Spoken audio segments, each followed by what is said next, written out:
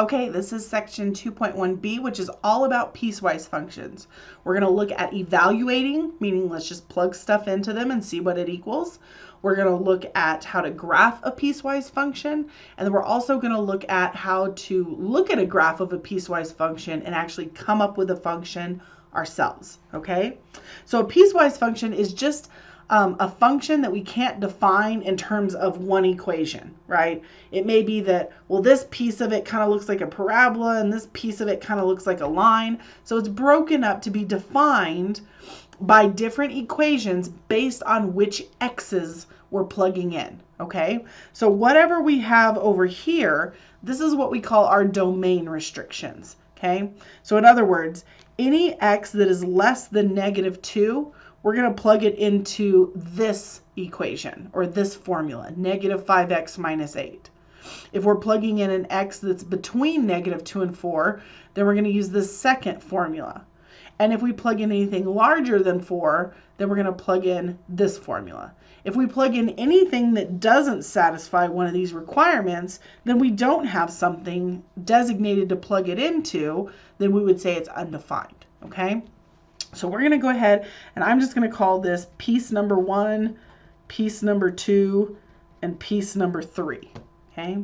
And we're going to evaluate f of 6, f of -2, f of -3, f of 0, and f of 4. So let's go ahead and take a crack at this, okay? All right, so if we're going to look at f evaluated at 6, okay, that means that whatever's inside here is our x. So in this case, we're looking at x equals 6.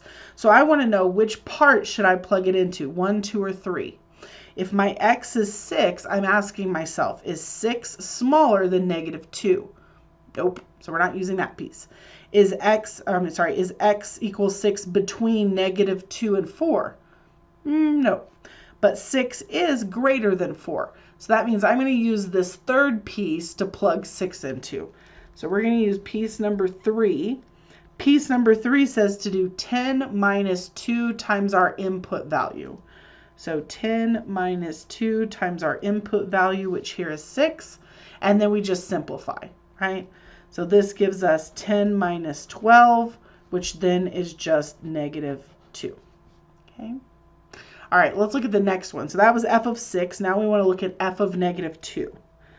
F of -2, now our x value is -2. And if you notice, piece 1 and piece 2 have a -2 associated with it, right? But the first piece says that x has to be strictly less than -2, meaning -2 is not included, right? Because it doesn't have the equal to bar. But number 2 has the equal to bar on the -2, right? So this is for x is greater than or equal to -2 and less than 4. So number 2 is the piece that we're going to plug this one into. So the middle one, the number 2 piece, says we're going to take half of our input and add 5 to it. So we're going to do half of our input, which is -2, and add 5 to it. Half of -2 is -1 plus 5 gives me 4. Okay, not too bad, maybe. All right, let's look at f of -3. F of -3. -3 is smaller than -2. So we're going to plug this one into our first piece. Our first piece formula says to do -5 times our input and then subtract 8. So we're going to do -5 times our input, which is -3, and then subtract 8. -5 times -3 is +15, minus 8 gives me 7, right? All right, now we're going to look at f of 0. F of 0, I look at my x value, which here is 0. Where does x fall into my domain restrictions here? Well, it falls into number 2 because 0 is between -2 and 4. So we're going to use piece number 2 to plug 0 in. Piece number 2 says to do 1/2 of our input, which is 0, and add 5. So 1/2 of 0 is still just 0, right? Plus 5 gives me 5. And then the last one we want to find is f evaluated at 4. Okay. And when we go to plug 4 in, notice there's 2 pieces that have a 4 associated with it. But when you look at it, notice this one does not include 4 because there's no equal to bar under that less than. And this one doesn't include 4 because it doesn't have an equal to bar either. So that means that -4 is undefined. Okay, we have no way to define it based on this set of pieces for this function. All right. Okay, so on the next page, there are 2 for you to try. So I want you to find f of -2, f of 10, and f of -4. And you're going to find those 3 values for both number 1 and number 2. Okay, so when you get to this one, you're finding f of -2, f of 10, and f of -4 also. Okay. All right, so go ahead and pause the video, give it a try, and then we'll look and see how you did. Okay, let's look at the first one. First one, -2 does not belong in the first piece because it's not included. So we have to go to piece number 2. And piece number 2 says for any x's that fall between -2 and 3, the y value, or what it equals, will simply be 5. Okay, so for f of 2, we're just going to say that's 5. Okay, for the next one, f of 10, 10 is not smaller than -2. 10 is not between -2 and 3. 10 is actually greater than 3. So we're going to plug it into the third piece, which says to square our input. So we square 10 and get 100. Okay. And then our last one is f of -4. -4 is smaller than -2. So we're going to plug it into the first piece, which says to do our input plus 1. -4 plus 1 is -3. Okay. Hopefully that one wasn't too bad. Let's look at the next one. This is the same idea. We're still just evaluating f of -2, f of 10, and f of -4. But this time our domain restrictions are not using inequality symbols. They're just saying if we happen to plug in 10, when x is 10, we're going to say that equals -3. If x is not 10, if it's anything else, then we're going to plug it in and use this formula. Okay, so that means for -2, we should have been plugging -2 into the second piece. When we simplify, we should get -1/3. F of 10, right, we actually plugged in 10, so that's the first piece, which says if we plug in 10, it should equal -3, right? And then f of -4, -4 is not equal to 10, so we're plugging that into the second piece. We plug it into the second piece and simplify, we should end up with -8/7. Okay. All right. So now we know how to evaluate a piecewise function. The next thing we want to look at is graphing piecewise functions. And we graph them kind of the same way we evaluate them, one piece at a time. So again, I'm going to go ahead and call this number 1 piece, number 2 piece, and number 3 piece. Okay. And I'm going to look at each piece individually. So let's first look at the first piece, number 1. This number 1 piece is defined only for x's smaller than -3. X is less than -3. And for any x's less than -3, we're using the formula x plus 1. So I'm going to make an XY chart for that piece. Okay. Now, what x's am I going to choose? Well, it's very important you always use any value that's listed in your domain. So even though it says x is less than -3, so -3 would not be included, we want to make sure that piece of the graph goes all the way up to -3 as close as possible. So I'm still going to put -3 in my chart, but just so that I know not to include it on the picture, I'm going to make sure and put an open circle. Okay, and then I want to pick x's that are smaller than -3 because that's what my domain restriction says. X's smaller than -3 would be like -4 and -5, right? Or I could keep going, -6, -7, as far as I want. So this side is just going to keep going and going and going. So when I graph it, I want to make sure I use an arrow at that end. Okay. All right, so now I'm going to go ahead and plug in these x's that I've chosen into the formula, right? Or into the piece, how it's defined. So the piece says to take my input and add 1. So -3 plus 1 is -2. -4 plus 1 is -3. And -5 plus 1 is -4. So I'm going to go ahead and graph just that piece. So at -3, I'm down at -2, and I'm using an open circle to show that that is not an included point, right? -4, I'm down at -3, and -5, I'm down at -4. So this should be a line going straight in that direction, okay? Make sure you don't put arrows on both ends and keep drawing it, because this is a piecewise function, and this piece is only defined to be for x's smaller than -3. So wherever -3 is here, right, this point should, or this piece should not go past that. All right, let's look at our second piece. Our second piece is for x's that are between -3 and 4. So -3 and 4. And it says for any pieces that fall between -3 and 4, I'm just going to use the formula that says it equals -1. -1. So let's go ahead and pick some x values that satisfy this. So again, we always include our endpoints in our xy table to make sure that our piece covers all of those x's. So from -3 down to 4, and then stuff in between also, right? So I'm going to go ahead and just say at -3, notice it's a less than or equal to, so -3 is going to be included. But at +4, we have a strict inequality. So that's going to be an open circle, right? And then I want at least one value in here. You can put a couple. I'm just going to pick one. I'm just going to put 0 in there, right? Because all of these values are defined by this second piece, and the second piece says that they're just going to equal -1. So -1, -1, -1. So when I graph this at -3, I'm down at -1, and it's defined with a solid dot. And it's going to be a solid dot at 0, -1, and then an open dot at 4, -1. So when I connect all my points, I get a straight horizontal line, right? And I always want to check to make sure, do I need arrows? Do I not need arrows?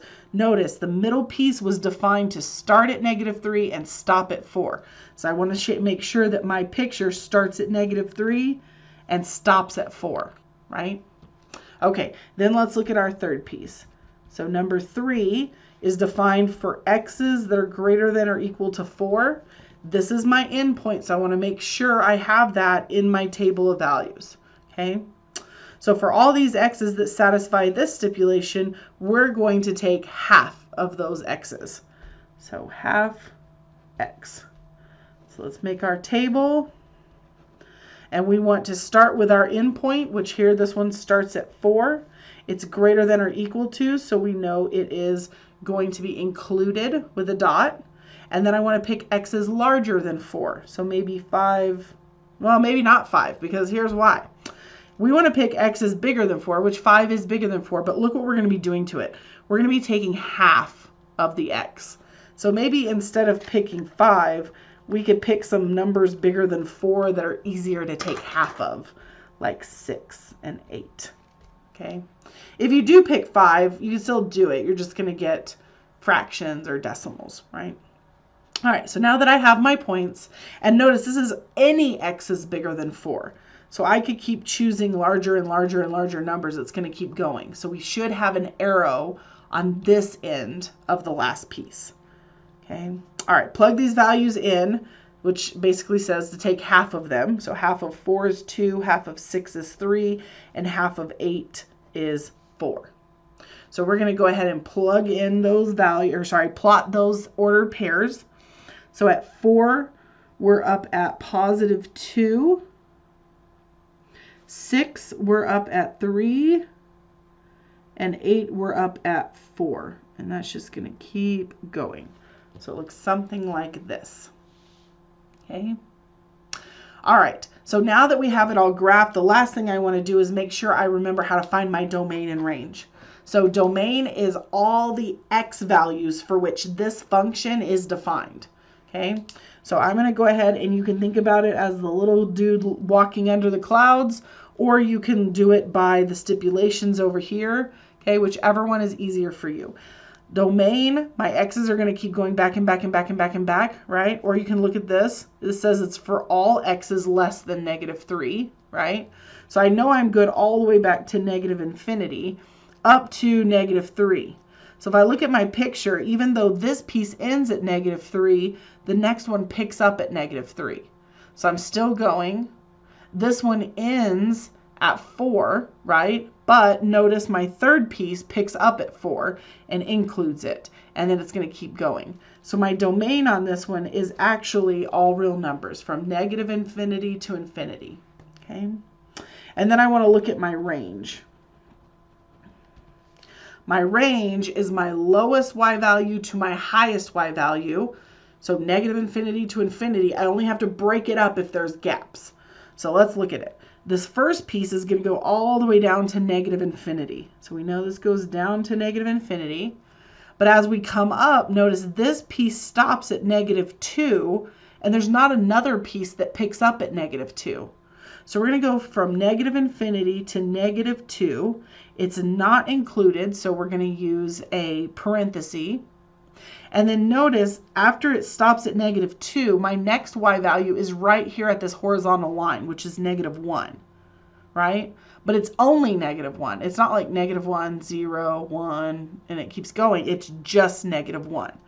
So after our union symbol, we're going to use set notation to say it could just equal 1. It could be anything below -2, or it could just be 1, or this last piece, notice its y values start up here at 2, right? And then it could be anything higher. And that 2 is included, so we're going to use a bracket at 2 up to infinity. Okay? All right, let me look at one more, and then I will have y'all try some. Okay? So this one's a little bit different. This one's a rational expression. Rational expressions give us issues because if there's ever a 0 or something that makes the denominator 0, it causes our graph to like shoot up like this, or shoot down like this, or shoot up like this, or shoot up like this around that problem value. So they've kind of already identified the problem value for us, right? It's going to be 5. 5 is what causes an issue. So that's why instead of having to worry about the craziness, we're just going to say, okay, at 5, let's just let it equal 2. All right. So let's go ahead and graph and see what we can come up with here. So our number 1 part of this graph is for when x equals 5. We're saying that's just going to be 2. Well, there's only one case where x can equal 5, right? So if we were to make an XY chart, it would just be when x is 5, y is 2. And they're just giving us that point to be defined, right? So I'm going to go ahead and plot it. At 5, we're up at 2. And then every other x value, so for all x's not equal to 5, then we're going to use this function, which says we're going to do x squared minus 25 over x minus 5. Okay, so we're going to make an XY chart for all x's that are not 5. Okay, so if 5, let's pretend this is 5 right here. Okay, we can't pick 5, but we need to know what's happening before 5, and we need to know what's happening after 5. Okay, so let's go ahead and pick some values. Let's pick 4 is right before 5, and then how about 0, 0, 0 to plug in. And then a couple of values larger than 5 would be 6 and 7, right?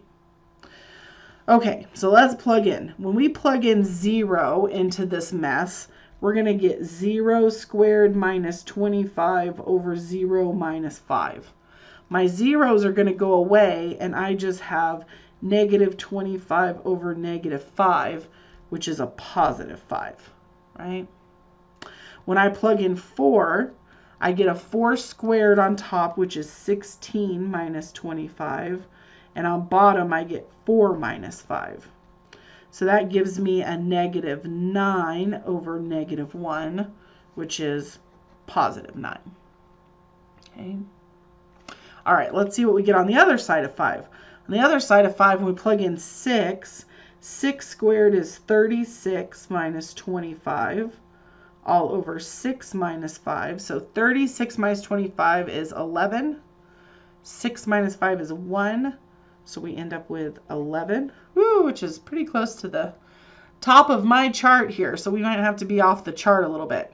All right, when we plug in 7 into our function here, we have 7 squared, which is 49 minus 25, all over 7 minus 2.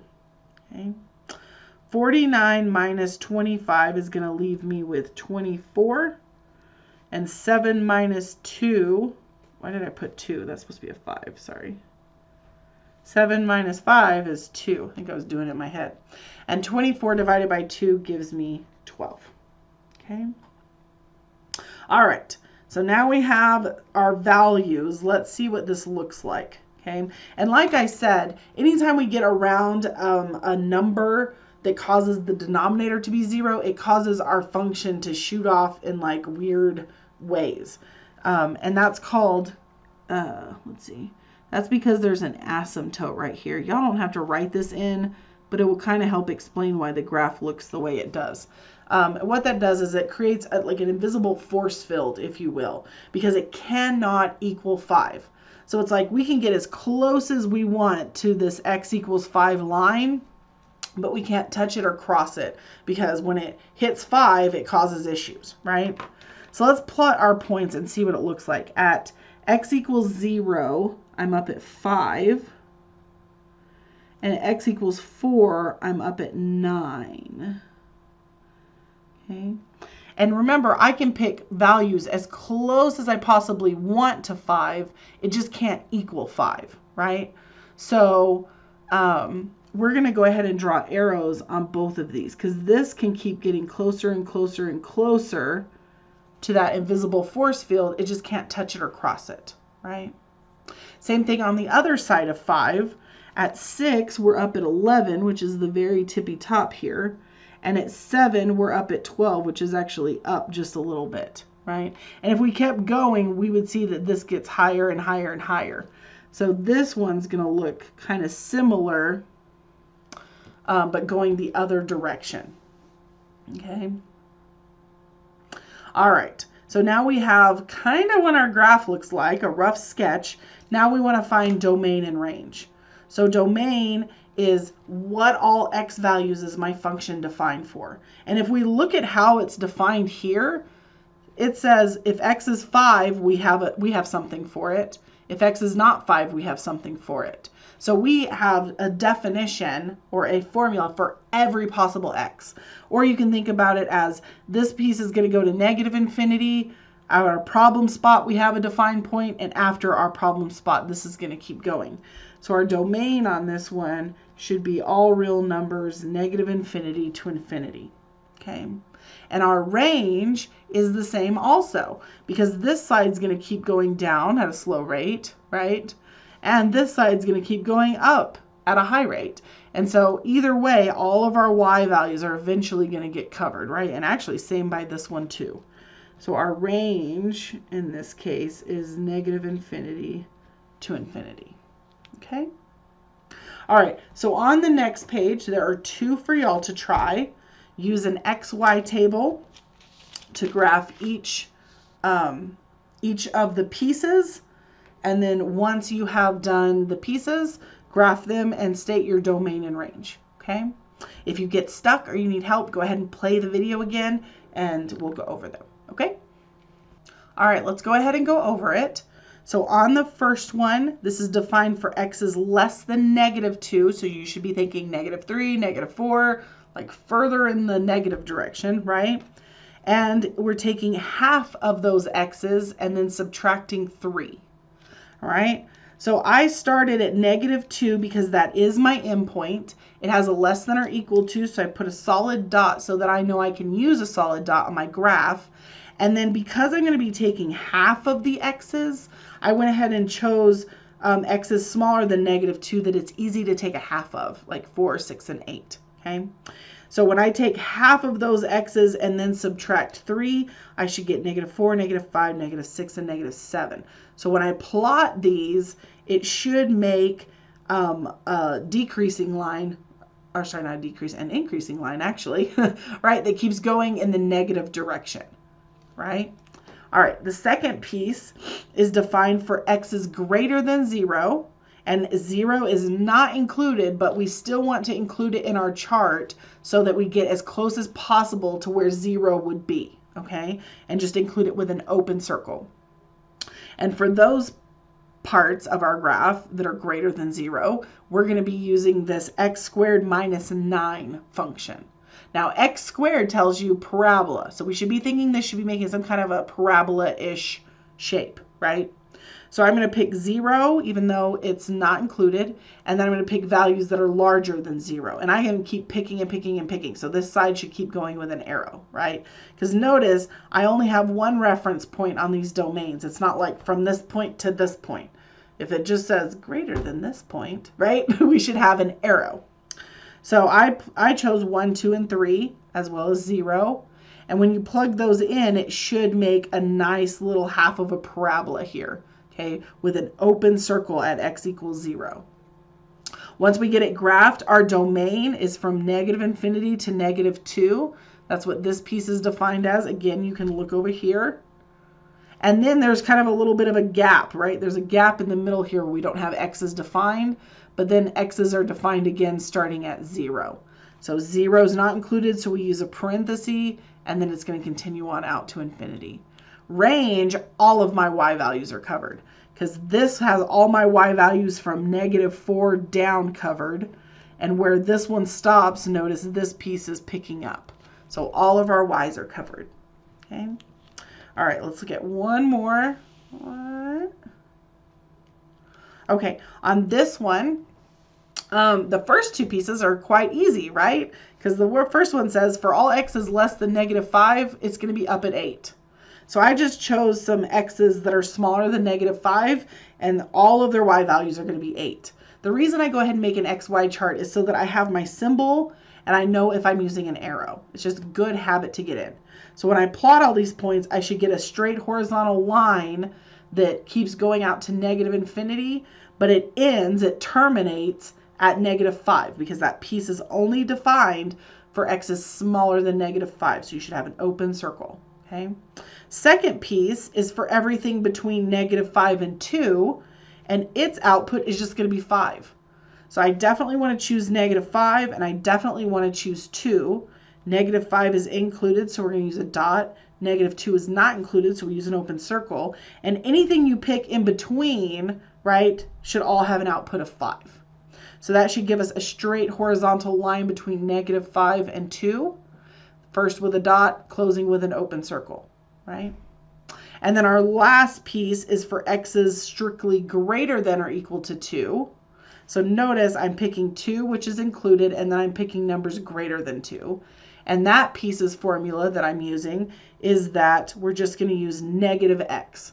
So basically, whatever I plug in, I'm just changing the sign of it, right? Which creates a decreasing line that's starting at 2 and going down. So my domain, actually every x value is covered, because where this piece stops, this one picks up. Where that one stops, this one picks up. So all my x values are covered, so -infinity to infinity on my domain. And my range, actually I have a couple of gaps, right? My first piece, this is going to go all the way down to -infinity. So my y's are covered from -infinity up until this piece ends, which is at y equals -2. And it's included with a dot. But then notice I have this huge gap right here, and I don't have another defined y value until I get up here to 5. But it's not like 5, 6, 7, 8, 9, right? It's just 5, just only 5. And then the next one is just only 8. This is the y value 8, right? Or you can even look over here, right? I just have 5, I just have 8. So the way that we write that is it's just these values, not everything in between, is we use set notation. So this means it can be anything between -infinity to -2, or it can be 5 or 8, right? All right, so that is graphing. The last thing we want to do in this section is look at going the opposite direction, which is instead of us being given the function and we come up with a picture, we're going to be given the picture and we're going to have to come up with the function. Okay, so let's look at what that looks like. The first thing I notice is that this is supposed to have arrows. Hopefully by the time you are watching this video, I have fixed the notes and they have arrows. If not, sorry, draw little arrows on. Okay, so here's our function, and we want to come up with f of x equals, and notice there's 3 distinct pieces. So that means we should have 3 distinct things and their domain restrictions out to the side, okay? So I'm going to call this piece 1, 2, and 3, and I'm just going to write notes down here. So for piece number 1, looking at this constant function, I can see that it's going to have a 0 slope, right? Because it's a horizontal line. And 0 slope lines, or horizontal lines rather, are just lines that go straight through a y value. So if I were to draw this line to keep going in both directions, notice the y value it would go through is -2. Okay, this is just a constant line, and it's the line y equals -2. Now, it's not y equals -2 for all x's, right? It's only defined for this little piece. So this little piece is stopping at -2, right? It's from -2 or anything smaller than -2. So I'm going to say this is for x's less than -2. And I'm not putting less than or equal to because I can tell by the open circle here that -2 is not defined for this piece. Okay? Now let's look at our second piece. Our second piece, or actually we can go ahead and write this up here. So our first piece is, notice f of x means this is our y value. What is our y value for this piece? Well, our y value for this piece is -2, and that piece is defined for x's that happen to be less than -2. So that's the first piece. Now we need the second piece. So the second piece is not a constant line, so we can't just say it's y equals a number, right? There's a rate of change. So we need to know the slope and the y-intercept so that we can write it as y equals mx plus b. Okay? Now remember, our slope is rise over run. So I need to know how much I'm rising and how much I'm running on this line. And I don't want to use the first point and the last point, right? Because the last point is not defined on a good, like, grid intersection point. So I'm going to use this first point, and I'm also going to use this point because that looks like it crosses good on a grid intersection line. So notice going from this point to this point, I'm rising up 1, right? So up 1 is a +1, and then I'm running in the positive direction 2, 1, 2, right, to get from point 1 to point 2. So that means that my slope is 1/2, and then I just need to identify my y-intercept. My y-intercept is easy to see. It crosses here at y equals 1. So my y-intercept is 0, 1. So now I should be able to write it as y equals mx plus b. Okay, this was all just figuring out how to write this. So I end up with y is equal to 1/2 x plus 1. Okay? And now I need to determine what x's is this defined for. Well, this is all x's between -2 all the way over to x equals 1, right? So x is between -2 and 1, and I just have to determine if those points are included or not included looking at the symbols. This one at -2 is a closed dot, so that's going to be a less than or equal to, and at 1 it's an open dot, so it's going to be a strict less than.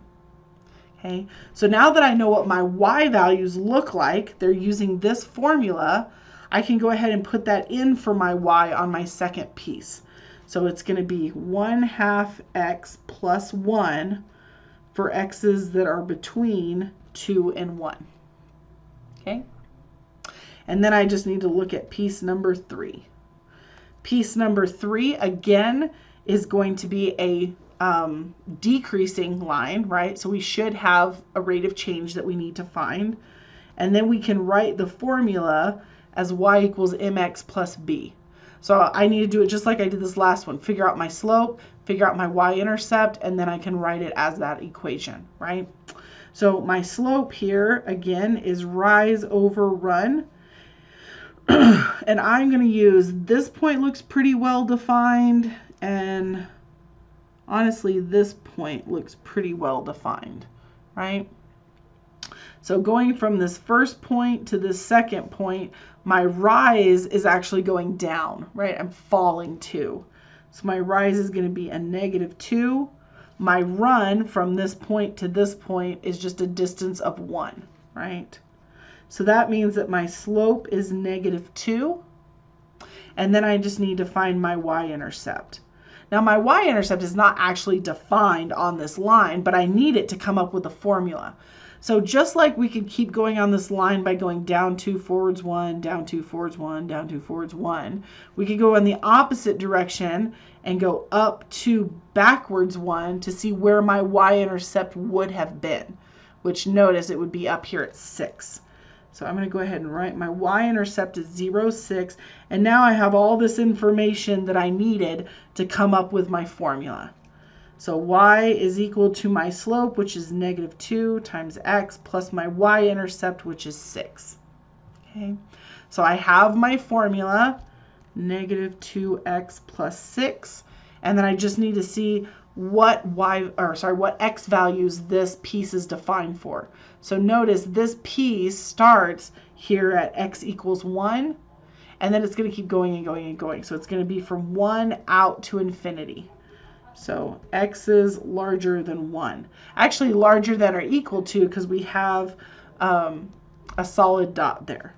So for x is greater than or equal to 1. So this piece over here, this is actually my solution, right? Because I was trying to come up with a function to define this picture, right? Okay, so there's one for y'all to try. Go ahead and pause it and see if you can come up with the function to define this picture. Notice there's no arrows, so you should have distinct start and stop points for both pieces, okay? Okay, let's see how you did. On number 1, I went ahead and used, I don't know what points I used. Maybe I did use 1, 2, 3, 4. I just used the endpoints. That's why I got 5 over 5. So going from this point to that point, I went up 5. I also ran forwards 5. So my slope is 1. My y-intercept you can see is at 1. So this would be the line y equals 1x plus 1. And notice this piece only goes from -4 over to +1. So that's x is between -4 and 1.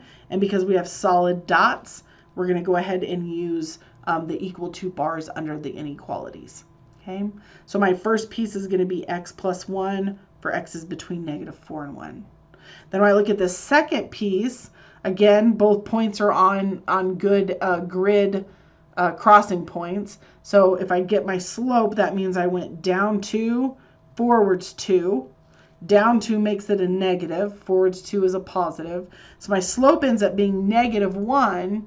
And that means I go down 1, forwards 1, down 1, forwards 1. Or if I want to find my y-intercept, I could go up 1, backwards 1, and see that it would have hit right here at the origin. So my y-intercept is 0, 0. So when I come up with that formula, it would be -1x plus 0. But that's not really simplified, right? It's not incorrect, but my math lab would probably say it's not simplified. So we don't have to write the 1 and we don't have to write the 0. So that means our second piece is defined by the formula just -x. And then we need to see where it's defined. This piece starts at x equals 1, and then it goes all the way over to x equals 3. 1 is not included, 3 is included. So we go ahead and write our domain restriction out here. So f should be able to be written as a piecewise functions with 2 formulas, okay? All right, so that is the end of 2.1b. So you should now be able to do the MyMathLab assignment and the worksheet associated with this section. If you have any questions, please let me know.